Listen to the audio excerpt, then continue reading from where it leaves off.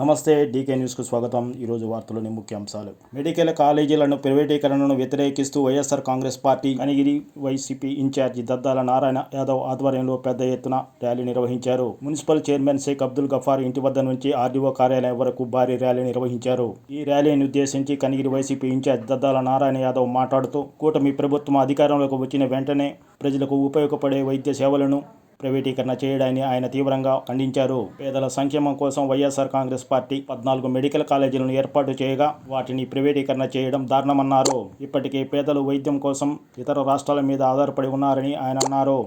60% పూర్తయి 25-26లో ఖచ్చితంగా కంప్లీట్ అయిపోయి అవి కూడా క్లాసులు ప్రారంభమయ్యాయి.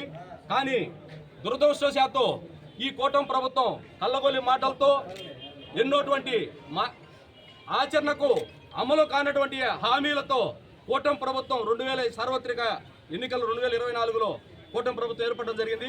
కూటమి ప్రభుత్వం ఏర్పడిన తర్వాత ఏ రకంగా సరే ఈ మెడికల్ కాలేజీలని ప్రైవేట్ పరం చేసేసి వాళ్ళ గుత్తేదారులకు అంటగట్టాలనే ఉద్దేశంతో ఈ ప్లాన్ చేయడం జరుగుతూ ఉంది.